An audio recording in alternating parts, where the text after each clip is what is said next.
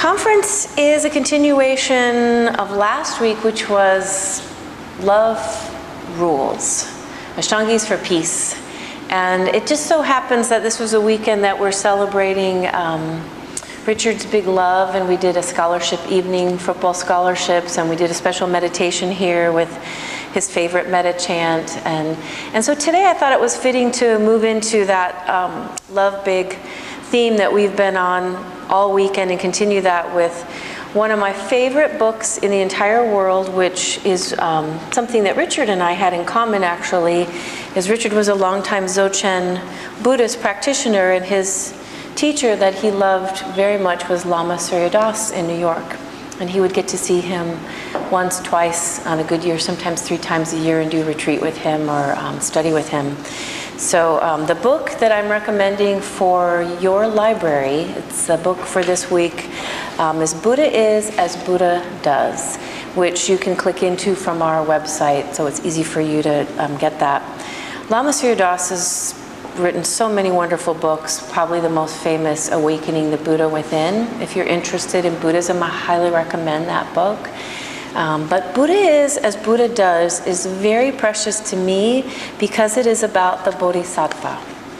And so I kind of back up when I talk about Buddhism or the Bodhisattva, and even for those of you that are our extended family out there watching us on the YouTube channel, you probably always see this Buddha behind me, and we always have, I have twin Buddhas, one is sitting and one is standing. Whichever one is standing, then the other one lives with me at home and is sitting, and so they just kind of, sometimes they trade places, but we always have our special Buddha here. And I like to remind everyone about what this represents to all of us when we see the Buddha. And it's not a worshiping of the Buddha and the Buddha statue, but I usually like to tell this with a story, which is a very famous Buddha story. There's so many told in different ways with little different twists, but when Buddha was a person, he was an Indian prince, and we all understand or know the story of his enlightenment, his process in the Bodhi tree.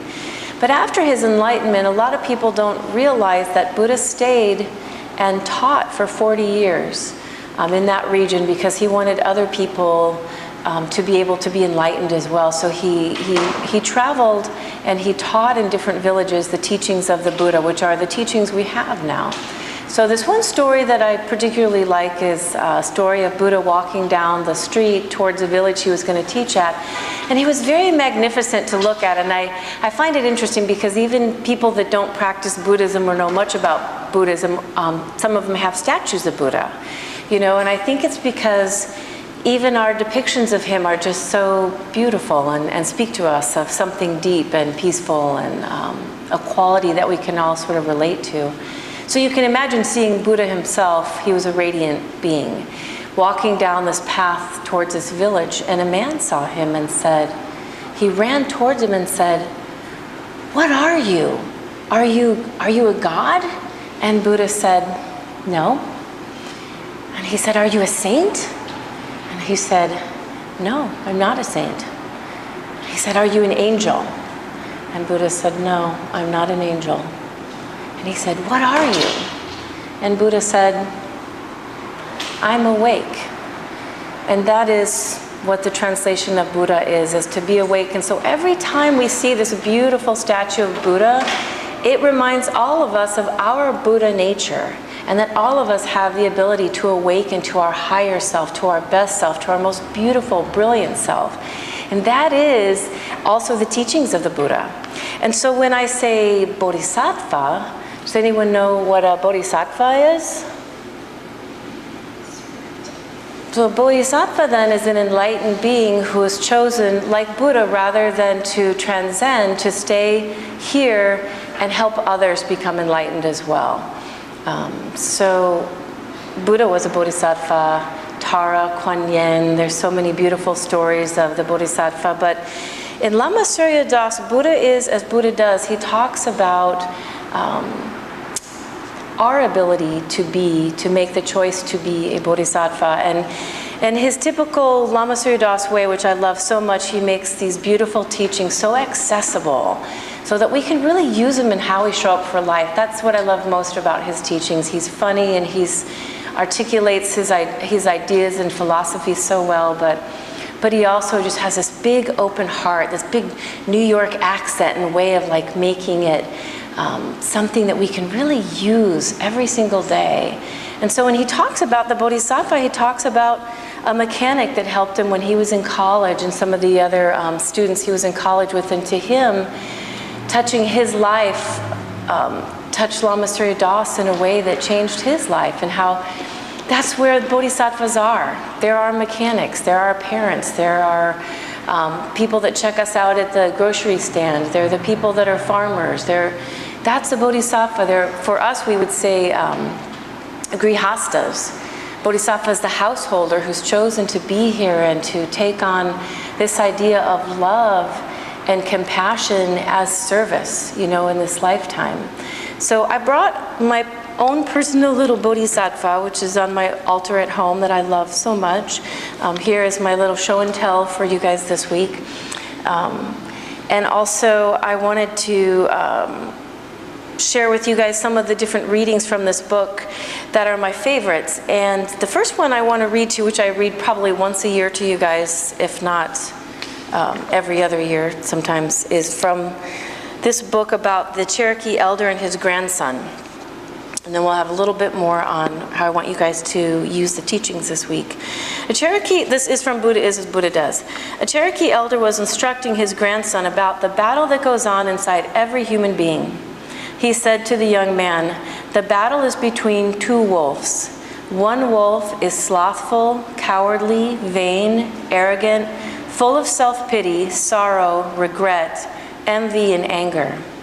The other wolf is diligent, courageous, humble, benevolent, full of compassion, joy, empathy, and faith." Then there was a silence. The grandson thought about the two wolves for a moment and asked his grandfather, "Which wolf wins?" And the Cherokee elder replied, "The one you feed." So I'm incorporating this story today to say, for all of us that want to show up for life and love big and be compassionate and to be our best self that touches and radiates so much that it touches others. But I feel like in order to do this, Lama Surya Das makes a beautiful point, which is we have to feed ourselves. We've been talking this last semester about consumption. How do we feed ourselves emotionally and spiritually, and in order to show up for life in that beautiful way. And part of what all we do is yoga, right? We take this on as something that we do to help us be. But we look at all aspects of our life, like who we surround ourselves with, what we choose to read, what we choose to do in our spare time, or how we choose to show up for work. And all these things to me are ways of how we feed ourselves. And that really imprints how we can then show up for every other part of our life, like how you are as a mom. Even like how we are when I always think of this at the checkout counter, getting my groceries, like how do you treat the people that you come in contact for 2 minutes, for 3 minutes?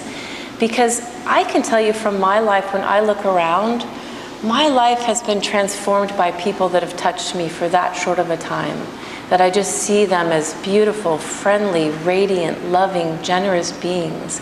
That when you come in contact with someone like that, it just makes you want to do that as well. It's beautiful, without any doctrine or philosophy or teaching. It's this beautiful sort of passing on of the lineage. So I'll read you a couple more quotes that I have for you this week. These first two are from the book Lama wrote, but they're from other people. Damien Roshi said, "The important point of spiritual practice is not to try to escape life, but to face it exactly and completely." And E.E. Cummings, "Remember one thing only, that it is you, nobody else, who determines your destiny and decides your fate. No one else can be alive for you." And lastly, I chose this from the Big Love Journal, which I also have Tamara put up, that Yoshi, our sweet student here who's 9 years old, made a beautiful picture for us. It's going to be on our website as well. But the Love Big Journal was our events for this weekend, and also the journal came out as well. So I chose this as part of our teachings this week. This is your story, your adventure, your hopes and your dreams. As you turn the next page of your life, what will you unfold? Your life is a mystery and adventure filled with passion, joy, laughter, sorrow, challenge, and love. You are the hero or heroine of your story. This is your story, your great adventure. So, as Bodhisattvas, I honor each of you, and our teachings this week inspire me. I hope all of you as well too. Love big.